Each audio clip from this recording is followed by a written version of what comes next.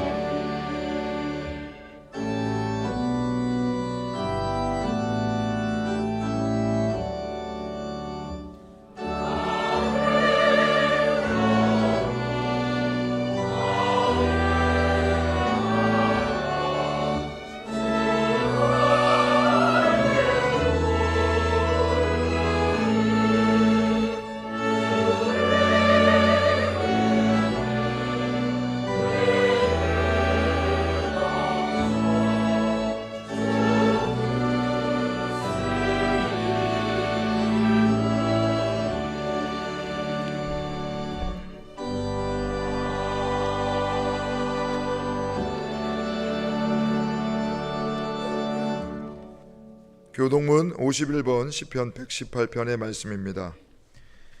여호와께 감사하라. 그는 선하시며 그의 인자하심이 영원하미로다.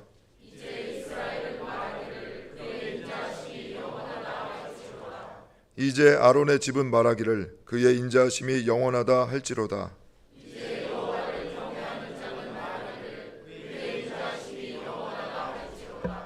내가 고통 중에 여호와께 부르짖었더니 여호와께서 응답하시고 나를 넓은 곳에 세우셨도다.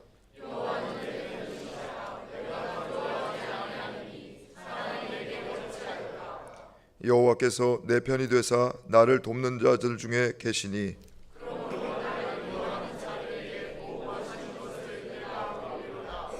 여호와께 피하는 것이 사람을 신뢰하는 것보다 나으며 여호와께 피하는 것이 고관들을 신뢰하는 것보다 낫도다.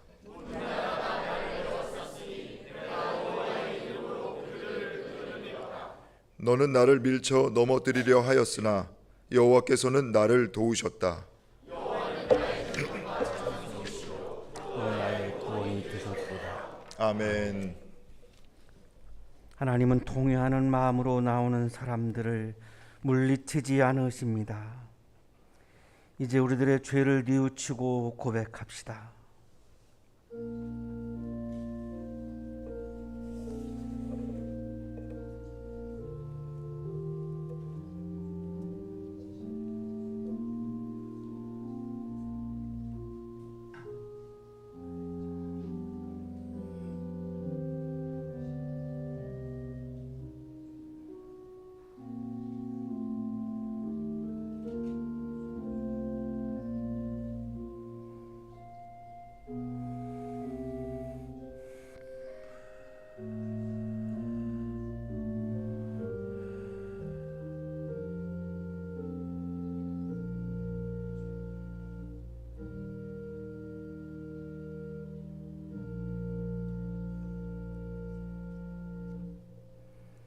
우리가 우리 죄를 자백하면 하나님은 신실하시고 의로우신 분이셔서 우리 죄를 용서하시고 모든 불의에서 우리를 깨끗하게 해 주실 것입니다.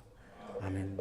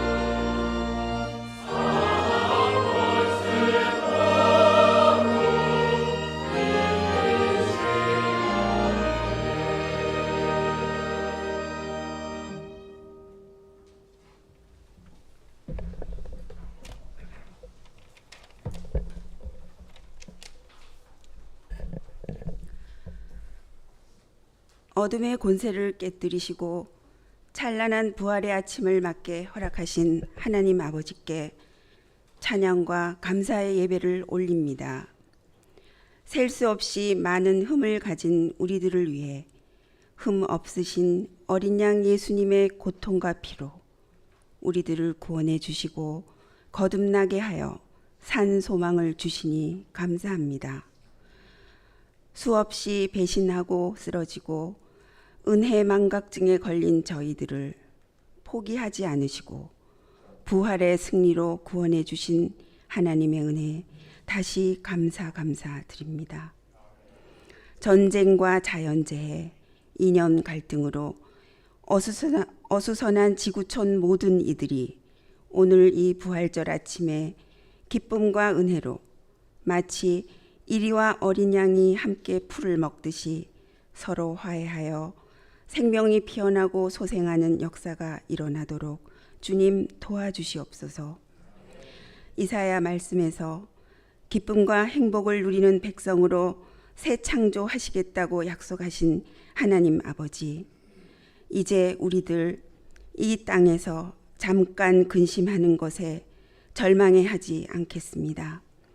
참기 어려운 질병 속에 있더라도 암울해하지 않겠습니다. 막연한 미래 걱정으로 불안해하지 않겠습니다.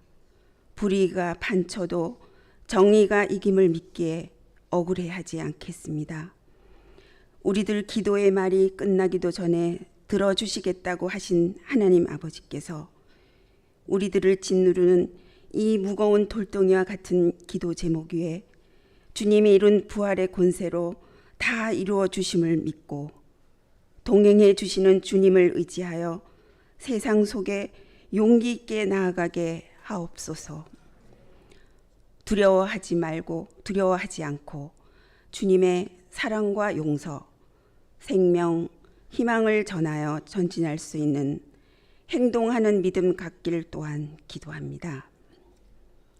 전능하신 하나님 아버지, 이 한양 동산에 교회를 세우신 하나님의 깊은 뜻을 되새기며 한양학원 젊은이들이 주님의 사명을 몸소 실천하며 행복하게 살아가는 복을 주시옵기를 간구합니다. 하나님 말씀 전하시는 이천진 목사님에게 늘 성령 충만하여 하나님 말씀 전할 때 그 말씀이 우리들의 골수에 스며들어 변화되는 삶 되도록 붙들어 주시옵소서. 하나님께 신실한 예배를 올려드리기 위해 수고하는 여러 손길들을 기억하여 주시옵고 칼로스 성가대의 찬송을 기쁘게 받아주시고 그들의 노고를 어여삐 여겨 주시옵소서. 이 한양대학교회를 드나드는 모든 성도들의 개개인과 가정에 크나큰 축복을 내려주시옵길 우리를 위하여 돌아가시고 부활하셔서 승리하신 예수님의 이름으로 기도합니다. 아멘.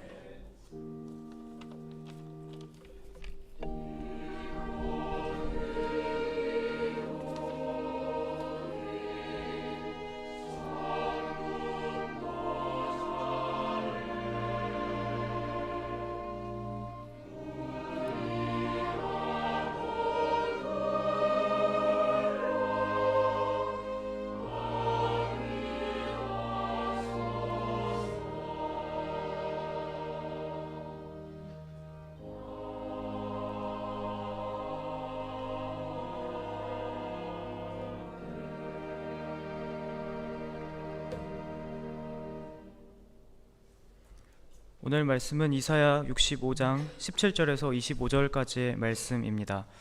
오늘 말씀 제가 봉독하도록 하겠습니다. 보아라, 내가 새 하늘과 새 땅을 창조할 것이니 이전 것들은 기억되거나 마음에 떠오르거나 하지 않을 것이다. 그러니 너희는 내가 창조하는 것을 길이길이 기뻐하고 즐거워하여라. 보아라, 내가 예루살렘을 기쁨이 가득 찬 도성으로 창조하고 그 주민을 행복을 누리는 백성으로 창조하겠다. 예루살렘은 나의 기쁨이 되고 거기에 사는 백성은 나의 즐거움이 될 것이니 그 안에서 다시는 울음소리와 울부짖는 소리가 들리지 않을 것이다. 거기에는 몇 날 살지 못하고 죽는 아이가 없을 것이며 수명을 다 채우지 못하는 노인도 없을 것이다. 100살에 죽는 사람을 젊은이라고 할 것이며 100살을 채우지 못하는 사람을 저주받은 자로 여길 것이다. 집을 지은 사람이 자기가 지은 집에 들어가 살 것이며 포도나무를 심은 사람들이 자기가 기른 나무의 열매를 먹을 것이다. 자기가 지은 집에 다른 사람이 들어가 살지 않을 것이며 자기가 심은 것을 다른 사람이 먹지 않을 것이다. 나의 백성은 나무처럼 오래 살겠고 그들이 수고하여 번 것을 오래오래 누릴 것이다. 그들은 헛되이 수고하지 않으며 그들이 낳은 자식은 재난을 당하지 않을 것이다. 그들은 주님께 복받은 자손이며 그들의 자손도 그들과 같이 복을 받을 것이다. 그들이 부르기 전에 내가 응답하며 그들이 말을 마치기도 전에 내가 들어주겠다. 이리와 어린 양이 함께 풀을 먹으며 사자가 소처럼 여물을 먹으며 뱀이 흙을 먹이로 삼을 것이다. 나의 거룩한 산에서는 서로 해치거나 상하게 하는 일이 전혀 없을 것이다. 주님의 말씀이시다. 구약의 말씀입니다.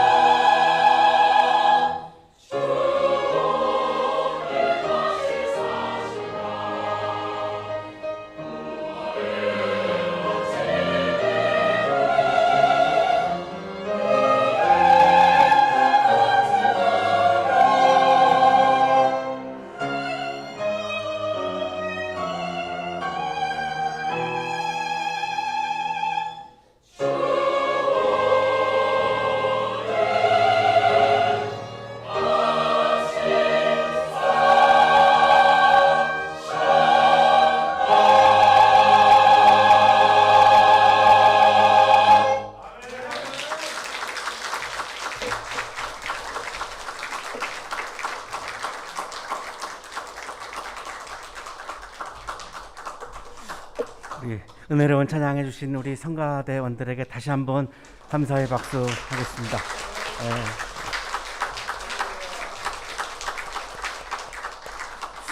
옆에 계시는 분과 사랑의 인사 하시겠습니다. 사랑합니다. 우리 다른 분하고 한 번 더 하시겠습니다. 보고 싶었습니다.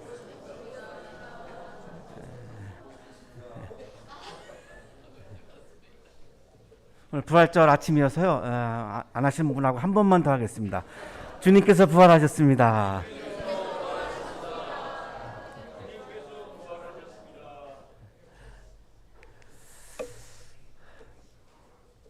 신천지라고 하는 종교 집단은 1984년 3월 14일에 이만희 총회장에 의해서 경기도 시흥군 과천면에서 창설되었습니다. 신흥 종교이고 86년도에 과천시로 승격을 했고 이 당시에는 이제 시흥군 과천면이라고 하는 주소를 가지고 있었습니다. 정식 명칭은 신천지 예수교 증거장막 성전이라고 하는 명칭입니다. 이름이 긴 이유는 신천지 예수교 장막 증거 등등등 여러 신흥 종교들의 교리들을 갖다가 이렇게 짜집기 하면서 이렇게 이름이 만들어진 것 같습니다. 현재 신도수가 24만 명이 넘습니다. 지속적으로 계속해서 증가하고 있고 교회에 들어가서 그 교회에 아주 중진이라고 할까요? 장로님들을 이렇게 포섭을 해서 그 교회를 통째로 이제 신천지 교회로 바꾸는 그런 작업을 지금도 계속하고 있고 기존에 많은 교회들이 이 신천지로 인해서 무너지거나 신천지로 넘어가는 사례가 굉장히 많이 발생하고 있는 그런 상황이고 개신교에서는 이단으로 정죄를 했고 사이비 종교로 분류되고 있습니다. 이 신천지 신도들은 이 총회장 이만희를 약속의 목자라고 부르고 구원자라고 숭배합니다. 이 신천지라고 하는 이름은 성서에 나오는 새하늘과 새 땅을 줄인 말입니다. 요한계시록에 나오는 새하늘과 새 땅, 오늘 이사야 65장에 나오는 새하늘과 새 땅, 이 새하늘과 새 땅을 줄여서 신천지라고 하는 이름을 그렇게 만들었습니다. 성서가 말씀하시는 새하늘과 새 땅이 어떤 의미일까가 오늘 중요한 이유는 신천지에서 말하는 새하늘과 새 땅의 의미가 너무나 성서의 새하늘과 새 땅의 의미와는 너무나 다르기 때문입니다. 그래서 면밀하게 오늘 좀 부활절을 맞이해서 주신 본문인데 39년 동안 목회하면서 부활절 아침에 성서 일과가 구약 성서 이사야로 받은 거는 저도 이번이 처음인데요. 왜 부활절 아침에 이 말씀을 주셨을까? 그만한 의미가 있을 것 같습니다. 신천지 신도들 중에 특히 우리 청년들 중에 학업을 중단하고 또 직장을 포기하고 그리고 집에서 가출을 해서 종교 집단으로 가는 사람들이 굉장히 많습니다. 우리 학교에도 물론 있었고요. 제가 아는 학생들 중에도 있었습니다. 그만큼 굉장히 심각하다고 할 수 있는데요. 이렇게 하는 이유 중에 하나가 육체영생 교리라고 하는 것이 굉장히 중요한 교리로 강조하는데 육체영생, 이 육체가 영원히 죽지 않고 산다는 것입니다. 그러니까 사람들이 좋아할 수밖에 없죠. 이 육체가 영원히 산다는 거가 굉장히 좋아하는 거죠. 그만큼 오래 살고 싶어하는 우리들의 욕망을 굉장히 잘 이용한다고 볼 수 있습니다. 하지만 이 육체가 안 죽고 계속 산다고 한다면 야스퍼스가 한계 상황을 말하면서 언젠가는 죽는다, 병이 든다, 또 싸우면서 살 수밖에 없다, 죄를 짓지 않을 수가 없다, 이런 한계 상황을 네 가지로 이렇게 예를 들어서 얘기를 하는데 이런 한계 상황을 계속해서 영원히 짊어지고 산다라고 하는 그 고통을 이해를 못하는 것 같아요.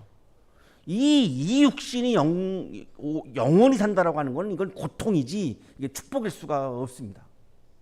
자, 그러나 많은 사람들이 오래 살기를 바라는 그런 욕망을 굉장히 자극을 해서 이렇게 넘어가고 있는 거고 또 하나는 우리 기독교는 뭐 장로, 권사, 집사 이런 직분을 이렇게 두는데요. 여기는 이 직분이 제사장입니다. 어떻게 보면 화끈한 겁니다. 그러니까 이런 집사, 권사, 장로 이렇게 계급을 두지 않고 이 중간 지도자들을 다 제사장으로 임명합니다. 그러니까 제사장이 되고 싶은 사람들도 다 이래서 또 여기 넘어갈 수밖에 없죠. 이 육체 영생 교리의 근거가 요한복음 11장 25절 26절, 요한계시록 20장 4절을 이 사람들이 이게 들고 있는데요. 나는 부활이요 생명이니 나를 믿는 사람은 죽어도 살고 살아서 나를 믿는 사람은 영원히 죽지 않을 것이다. 요 본문입니다. 살아서 나를 믿는 사람은 영원히 죽지 아니할 것이다. 예수님의 영이 이만희에게 임했고 이만희를 믿으면 살아서 영원히 죽지 않는다. 이걸 가지고 이렇게 설명을 해 들어가는 거고, 이것이 굉장히 많은 사람들한테 먹혀 들어가고 있습니다. 그래서 이만희를 믿고 따르면 영원히 죽지 않고 영생한다. 그거를 죽은 다음에 경험하는 것이 아니라 지금 여기에서 경험한다. 이 부분이 많은 사람들을 현혹하고 있는 육체 영생이라고 하는 그런 교리입니다. 그리고 또 하나가 요한계시록 20장 4절을 드는데요. 그들은 살아나서 그리스도와 함께 1000년 동안 다스렸습니다.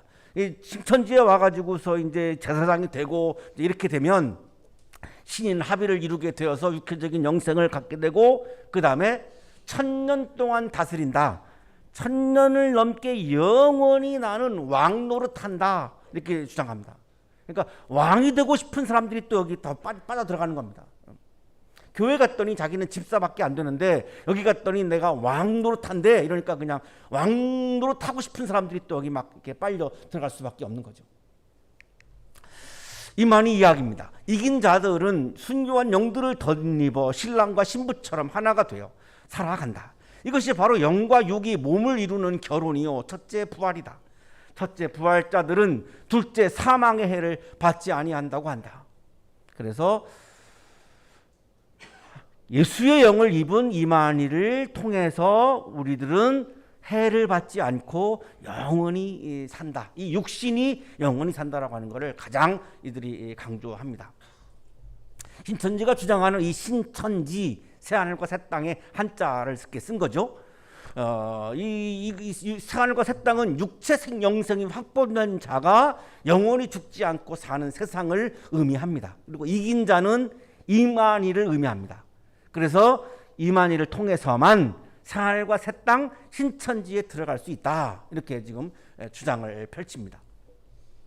자, 그러나 성서를 읽어보면 성서에서 말씀하시는 새하늘과 새 땅은 신천지가 말하는 이 새하늘과 새 땅하고는 너무나 거리가 멉니다.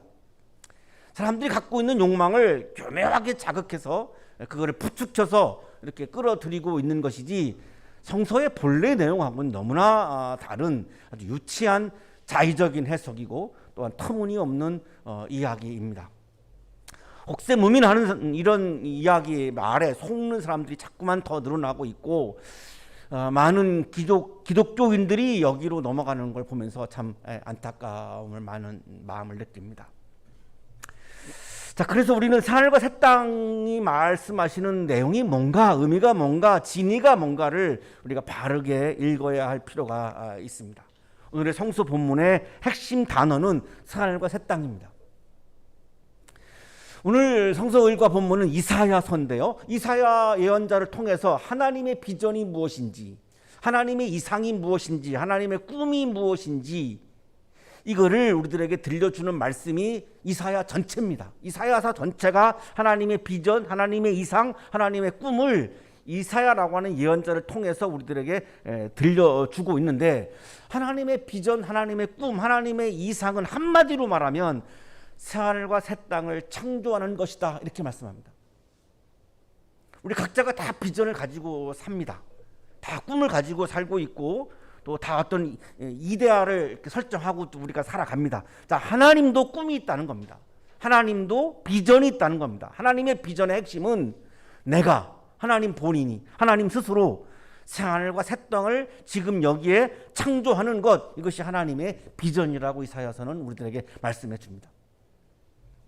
자, 이사야가 말씀하시는 이 새하늘과 새 땅은 이만희가 주장하는 것처럼 시간이 영원히 계속되는 새하늘과 새 땅이 아닙니다. 시간 개념은 여기 전혀 나오지 않습니다. 육체가 영원히, 이 플래시가 영원히 산다라고 하는 이런 터무니없는 새하늘과 새 땅도 아닙니다. 이 육신은 다 죽습니다. 예수님도 죽었습니다. 예수님의 육신도 죽었습니다. 그게 성금요일입니다.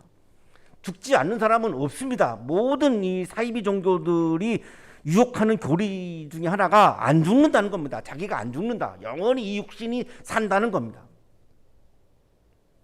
자, 그러나 성서가 말씀하시는 새하늘과 새 땅은 그런 의미에서 새하늘과 새 땅을 말씀하신 본문이 어디에도 없습니다. 성경 어디에도 없습니다. 오늘의 성서일과 본문은 하나님께서 창조하시고 싶어 하시는, 창조하시려고 하는 이 새하늘과 새 땅이 어떠한 세상인지, 어떠한 세계인지, 어떤 하늘인지, 어떤 땅인지를 분명하게 증언해 주는 그런 말씀입니다.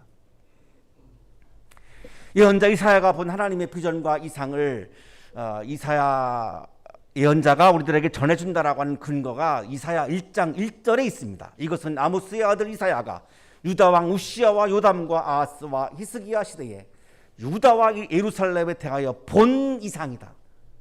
이사야가 하나님의 이상이 무엇인지를 본 겁니다. 그거를 우리들에게 전해주고 있는 거죠.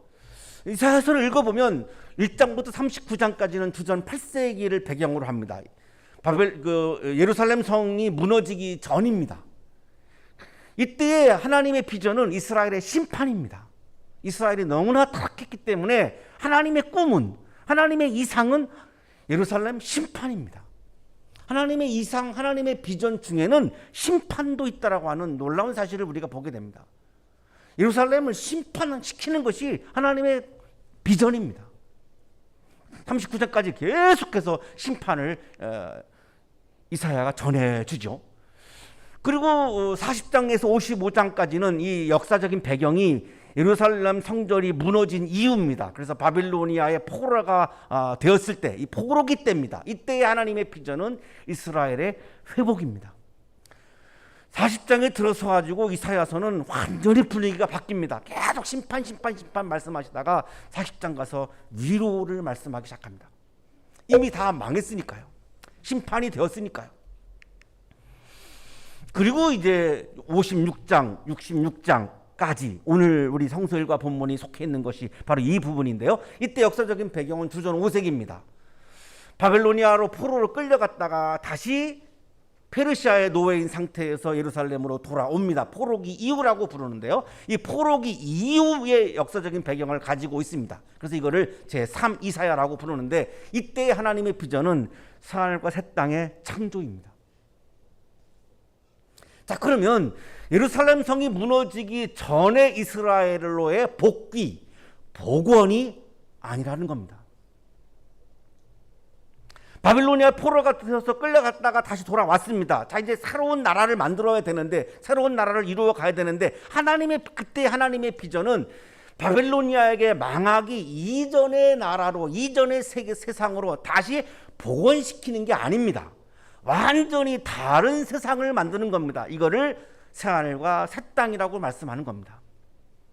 그 하나님이 꿈꾸시는 새하늘과 새 땅의 내용이 뭐냐? 이게 바로 오늘 성서 본문입니다.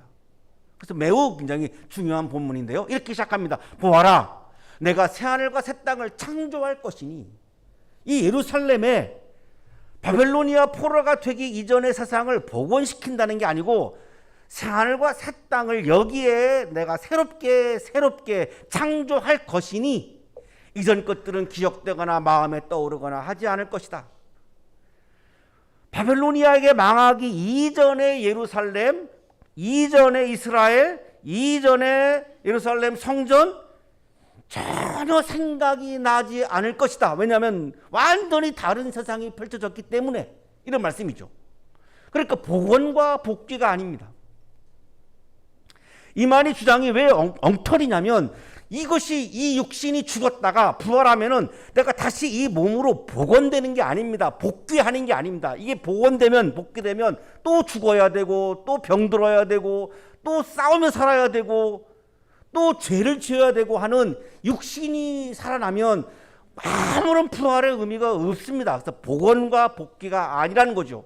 부활은 완전히 새로운 차원의 존재로 새롭게 창조하는 게 부활이라는 겁니다. 이거를 이만희는 완전히 지금 곡해하고 있는 거고 이거를 굉장히 많은 사람들을 현혹시키고 있는 거죠. 자, 17절을 읽어보면 분명해집니다. 이전 것들은 기억되지도 않고 전혀 생각되지도 않고 마음에 떠오르지도 않는다는 겁니다. 이전의 세상의 복원이 아니고 새로운 세상을 창조하는 거랍니다. 너희는 내가 창조하는 것을 길길이 기뻐하고 즐거워해라. 내 역할은 새하늘과 새 땅을, 새로운 세상을 창조하는 거고, 인간의 역할은 뭐냐? 내가 새로운 세상을 창조하는 걸 보면서 기뻐하고 즐거워하는 것이다. 이게 영성입니다. 영성이 뭐냐? 하나님의 창조 사역 앞에서 하나님의 창조 사역을 바라보면서 내가 기뻐하고 즐거워하는 것, 하나님의 창조를, 하나님의 주권을, 하나님의 나라를, 하나님의 세계를, 하나님이 창조하시는 새하늘과 새 땅을 보면서 내가 즐거워하고 기뻐하는 것, 이게 영성이라는 겁니다. 내가 영원히 이 육신이 살고 싶어하는 것은 영성이 아닙니다. 내가 제사장이 되고 싶어서 그 제사장 직분을 내가 받고 싶어서 신천지에 가는 것, 이건 영성도 아니고 믿음도 아니고 아무것도 아닌 겁니다. 이사야 65장이 말씀하시는 영성은 분명합니다. 하나님의 새로운 창조 앞에서 그거를 보면서 기뻐하고 즐거워하는 것. 내가 창조해야 되는데, 나에게 주권이 있어야 되는데, 나의 나라가 이루어져야 되는데 안타까워하는 것은 영성이 아니라는 겁니다. 보라, 내가 예루살렘을 기쁨이 가득한 찬 도성으로 창조하고 그 주민을 행복을 누리는 백성으로 창조하겠다. 하나님의 창조와 하나님의 주권과 하나님의 나라를 기뻐하고 즐거워하라. 그것이 인간의 역할이다. 하늘과 새 땅은 내가 창조하겠다. 하나님께서 창조하시는 하늘과 새 땅, 첫째는 기쁨과 즐거움이 가득한 세상이라고 말씀합니다. 시간의 개념이 아닙니다. 상태죠. 어떤 상태의 세상에서 내가 살아가느냐, 과거, 현재, 미래 다 통틀어서입니다. 시간의 개념이 아닙니다. 죽은 다음에만 하는 게 아닙니다. 지금 현재도 하나님이 창조하시는 하늘과 새 땅의 개념은, 첫째는 현재도 내가 기쁨과 즐거움이 가득한 세상에서 살면 내가 하늘과 새 땅에서 살고 있는 것입니다. 아니, 나를 슬프게 하는 사람들이 옆에 있는데, 나를 괴롭히는 사람들이 옆에 있는데 내가 어떻게 기뻐하고 즐거워합니까? 그런 상황에서도 기뻐하고 즐거워하는 것이 영성이라는 겁니다. 그것이 믿음이라는 겁니다. 일반인들은 그게 안 되죠. 그러나 믿음 있는 사람들은 된다는 겁니다. 왜? 하나님의 창조를 보고 있으니까, 하나님의 창조를 믿으니까, 하늘과 새 땅이 도래하는 것을 믿기 때문에 현재 나를 괴롭히는 사람이 옆에 있다 할지라도 하나님의 창조를 보면서, 나를 괴롭히는 사람을 보면서가 아니라 하나님의 창조를 바라보면서 기뻐하고 즐거워할 수 있다는 겁니다. 그게 영성이고 그것이 믿음이라는 겁니다. 신천지가 얘기하는 거하고는 너무 거리가 멀죠. 예루살렘은 나의 기쁨이 되고 거기에 사는 백성은 나의 즐거움이 될 것이니, 하나님이 예루살렘을 보시면서 기뻐하시고 하나님께서 영성을 지닌 하나님의 자녀들을 보면서 즐거워하신다는 겁니다. 거기에는, 하늘과 새 땅에는 울음소리도 없고 울부짖는 소리도 없다는 겁니다. 폭력을 당해서 혹은 고통을 받아서 억울한 일을 당해서 등등등등 취업을 하지 못해서 먹을 게 없어서 울부짖거나 우는 소리가 없다는 겁니다. 하나님이 창조하시는 하늘과 새 땅은 그런 세상이 아니라는 겁니다. 하나님이 보시고 너무나 기뻐하고 즐거워하는, 기쁨과 즐거움과 행복이 가득한 세상이라는 겁니다. 그런 세상을 새롭게 창조하시는 것이 하나님의 꿈이고 비전이고 이상이라는 겁니다. 하늘과 새 땅의 둘째는 건강한 생명이 충만한 세상입니다. 맨날 살지 못하고 죽는 아이가 없습니다. 태어나서 얼마 안 돼서 인큐베이터에서 죽는 아이들이 있죠. 너무나 안타까운 거죠. 그런 게 없다는 겁니다. 수명을 다 채우지 못하는 노인도 없다는 것입니다. 100살에 죽는 사람을 젊은이라고 부른다는 겁니다. 100살까지는 다 젊은이라고 부른다는 거죠. 우리 청년들 교회에서 만나시는 어른들한테 청년이라고 부르셔야 되고 노인이라고 부르면 안 됩니다. 청년입니다. 다 청년. 성서적입니다. 그것이. 우리 청년들이 대답을 안 하는 거 보니까 곧 죽어도 자기들만 청년이라고 지금 정체성을 지금 주장하는 것 같은데요. 100살을 채우지 못하는 사람은 다 저주받은 사람으로 여기는 세상이라는 겁니다. 그만큼 건강하게 생명력이 충만하게 사는 세상이 새하늘과 새 땅이라는 겁니다. 내가 새하늘과 새 땅에서 산다라고 하는 것은 내가 어려움이 있어도, 힘든 일이 있어도, 괴롭힘을 당해도 내가 고개 들고 가슴 펴고 오늘도 내가 생명력이 충만해서 당당하게 하나님의 창조를 기뻐하고 즐거워하며 하나님을 찬양하며 살아가는 것, 그것이 새하늘과 새 땅에서 살아가는 삶의 모습이라는 겁니다. 새하늘과 새 땅의 세 번째는 노동의 정당한 대가를 받는 세상이라는 겁니다. 집을 지은 사람들이 자기가 지은 집에 들어가서 산다는 것입니다. 무슨 말이죠? 내가 지은 집을 뺏기는 사례들이 있었기 때문입니다. 집을 뺏어가는 거죠. 힘 있는 사람들이 내가 지은 집을 뺏어가는 겁니다.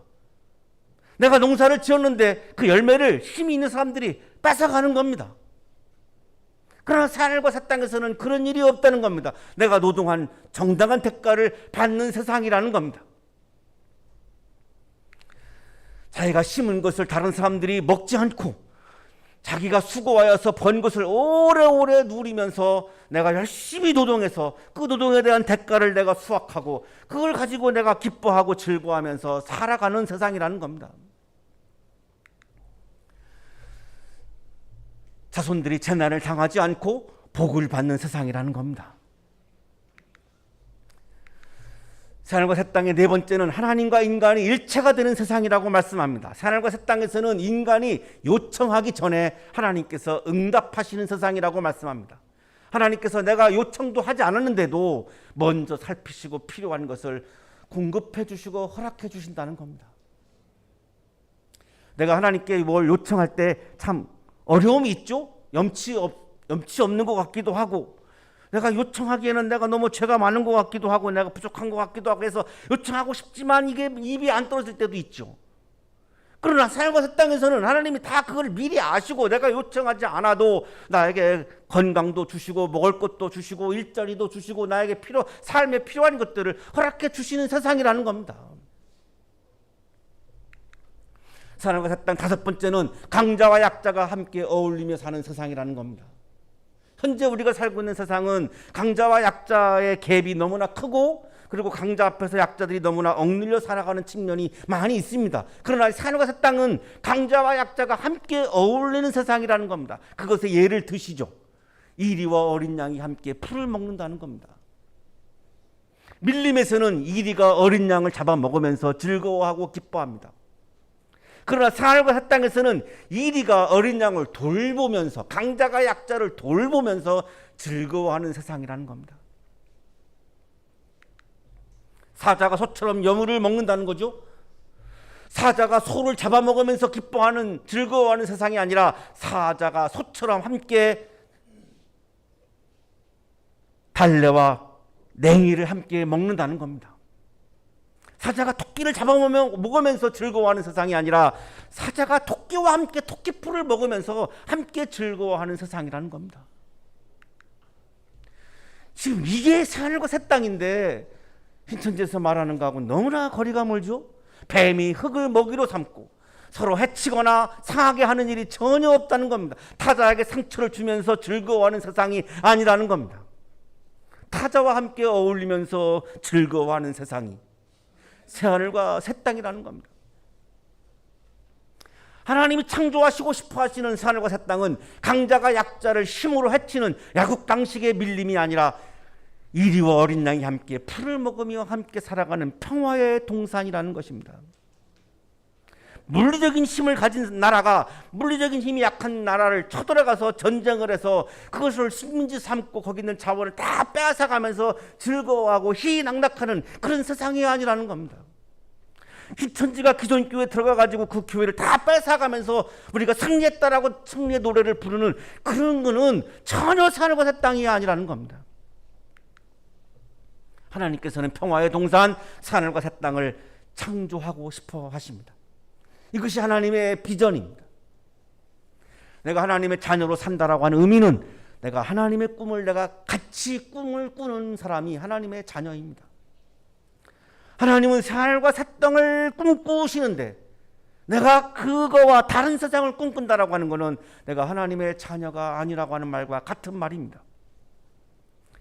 하나님은 이전 세상의 복원이 아니라, 복귀가 아니라 완전히 새로운 차원의 지금 다섯 가지의 예를 들어준 이러한 생활과 새 땅을 창조하시는 것이 하나님의 비전이요, 하나님의 꿈이요, 하나님의 이상임을 말씀하고 있습니다. 부활절 아침입니다. 부활절 아침에 왜 성서일관은 우리들에게 이 생활과 새 땅의 말씀을 주고 계실까요? 신약 주석가인 오스카 쿨만의 글을 읽으면서 알아차릴 수 있었습니다. 오스카 쿨만이라고 하는 성서학자는 부활을 새 창조라고 설명합니다. 예수의 죽음은 총체적 폐기이다.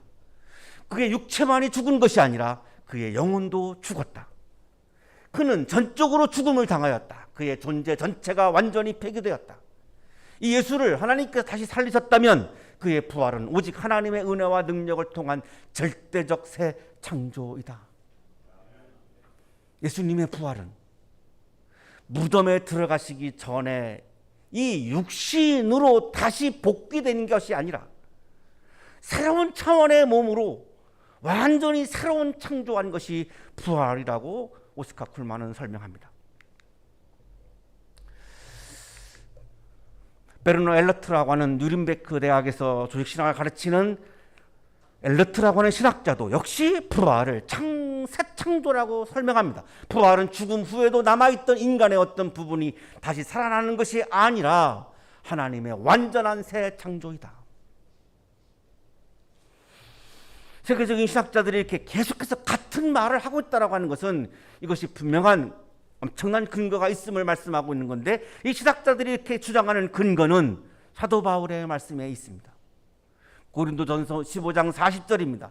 하늘에 속한 몸도 있고 땅에 속한 몸도 있습니다. 예수님이 죽으신 몸은 땅에 속한 몸이고 예수님이 부활하신 몸은 하늘에 속한 몸이라고 고린도전서 15장 40절이 말씀합니다. 바로 부활하신 예수님의 몸은 땅에 속한 몸으로 복귀하는 것이 아니라 하늘에 속한 몸으로 새롭게 창조한다라고 말씀합니다. 복귀와 복원이 아니고 다시 죽어야 되는 몸으로의 복원이 아니고 죽지 않는 몸으로 하늘에 속한 몸으로 새롭게 창조되는 것이 부활이라고 말씀합니다. 자연적인 몸으로 심는데 신령한 몸으로 살아납니다. 자연적인 몸이 있으면 신령한 몸도 있습니다. 바울은 이렇게 덧붙입니다. 예수님이 십자가에서 죽으신 몸은 자연적인 몸입니다. 예수님의 부활은 자연적인 몸으로의 복귀가 아닙니다. 신령한 몸으로 새롭게 창조한 몸입니다. 그래서 바울은 새로운 창조가 부활이라고 이미 성서에서 말씀하셨기 때문에 이런 신학자들은 이렇게 주장을 합니다. 한 분 더 들겠습니다. 역시 신약 주석가입니다. 스티븐 패터슨이라고 하는 성서학자도 부활은 육체적 몸의 소생이 아니라 영적인 몸으로의 새로운 창조라고 주장합니다. 바울의 부활 개념은 몸의 부활이지 육체의 부활은 아니다.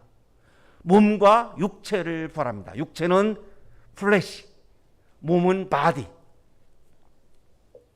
육체는 그리스어로 sak스, 몸은 소마, 이렇게 다른 의미를 가지고 있습니다.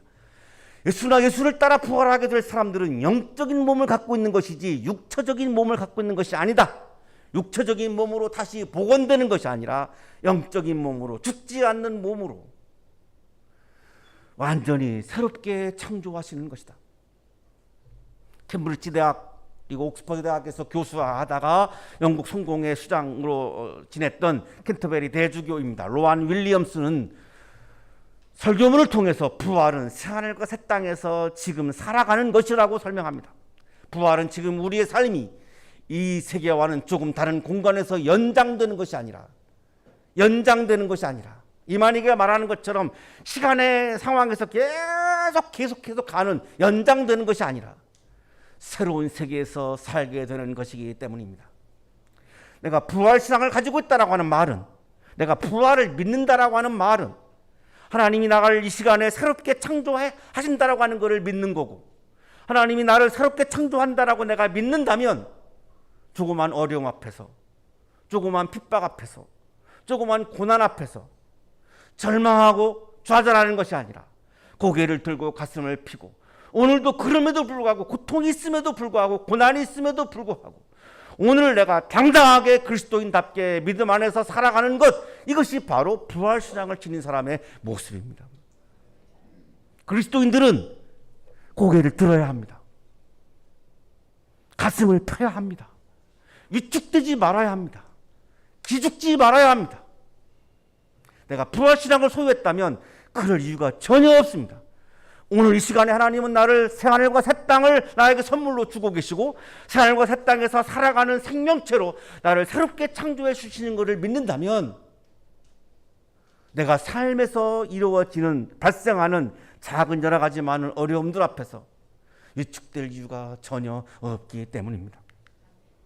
사랑하는 한양 가족 여러분, 예수님께서는 이렇게 말씀합니다. 나는 부활이요 생명이니. 부활은 뭐냐? 생명을 새롭게 창조하는 것이다. 이렇게 말씀하는 겁니다. 부활은 새로운 생명을 창조하시는 사건입니다. 새하늘과 새 땅의 창조와 관련이 있습니다.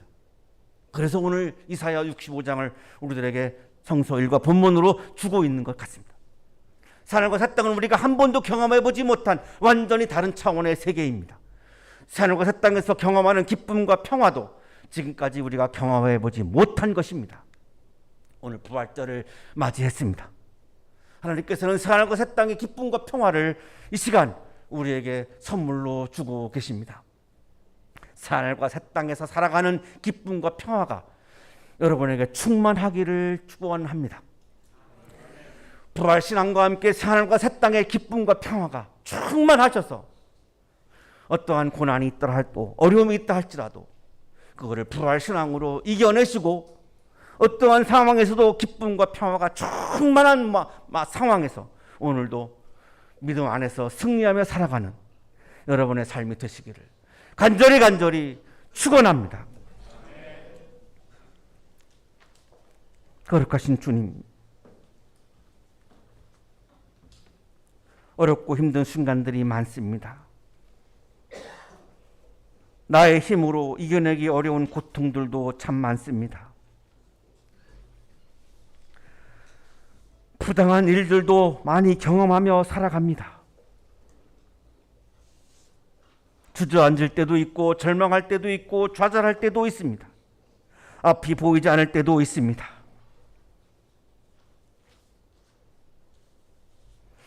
하나님께서 우리들에게 새로운 하늘과 새로운 땅을 새롭게 창조하셔서 선물로 주시기에 그 많은 어려움과 고난과 부당함들을 이겨낼 수 있음을 믿습니다. 오늘 우리들의 마음속에 부활신앙을 가득가득 채워 주시옵소서. 새로운 창조를 믿는 마음이 충만하게 하여 주시옵소서. 지금 나를 괴롭히는 많은 어려움들을 그 부활신앙으로 이겨내게 하여 주시옵소서. 우리 모든 그리스도인들이 부활신앙이 충만하여 모든 아픔과 절망과 어려움을 믿음으로 이기게 하여 주시옵소서. 예수 그리스도 이름으로 기도하옵나이다.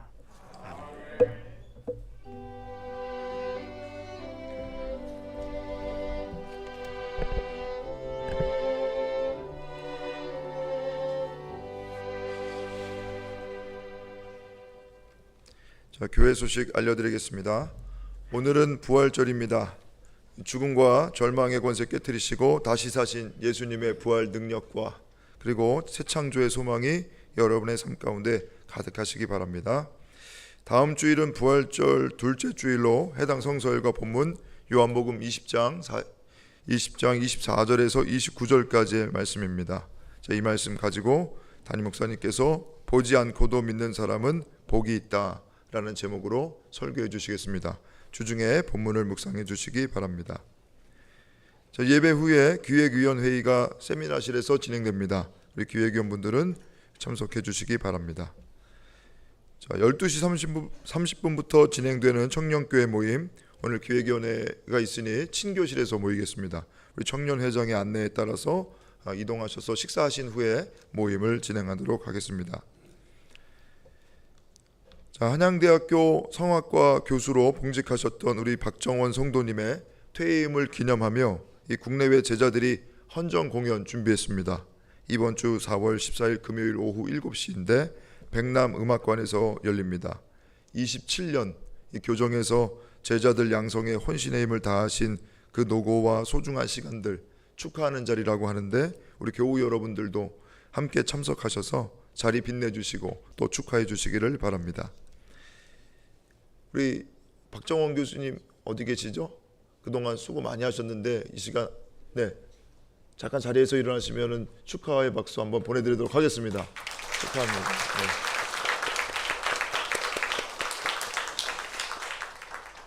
자, 오늘 점심 식사 안내해 드립니다. 오늘 점심 식사는 여선교회에서 아주 맛있는 뷔페식으로 식사를 준비했다고 합니다. 여러분, 교우 여러분 바쁘시겠지만 모두 참석하셔서 맛있는 식사 함께 하시고 즐거운 식탁 교제 나누게 되시기 바랍니다. 자, 4월 예배 안내 여러분 가지고 계신 주보를 참조하시기 바랍니다. 이상 교회 소식 알려드렸습니다.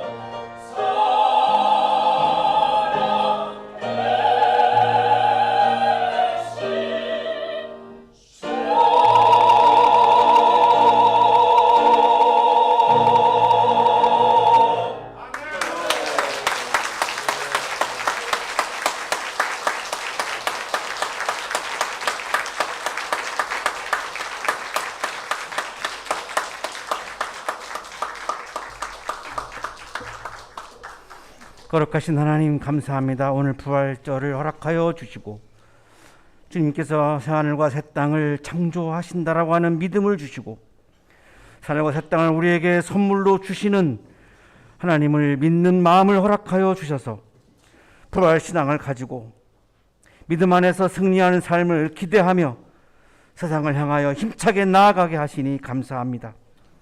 감사의 마음을 이 시간 찬양과 예물에 담아 올려드리오니 기쁘게 받아주시고 예물과 찬양을 드리는 손길 위에 크신 은혜를 부어 주옵소서.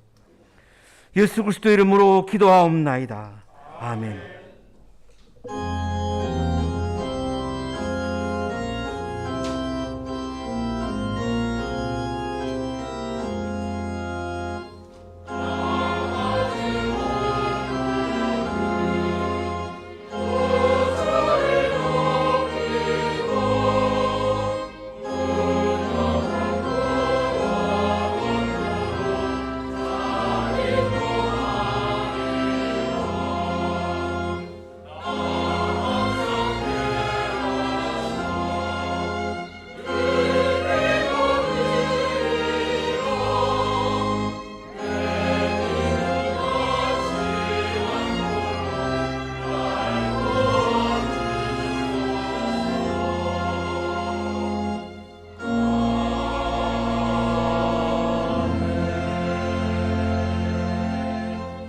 이제는 우리에게 하나밖에 없는 생명까지도 아낌없이 사랑으로 나누어 주시는 예수 그리스도의 은혜와 오늘도 우리에게 말씀을 주시는 하나님의 사랑하심과 생명의 기운을 허락해 주시는 성령의 역사하심이 새하늘과 새 땅을 창조하시는 하나님의 창조를 믿으며 부활신앙을 우리의 마음에 가득가득 채우고 세상을 향하여 힘차게 나아가는 우리 모든 한양 가족들의 삶 속에 지금부터 영원토록 함께 하시기를 간절히 축원하옵나이다.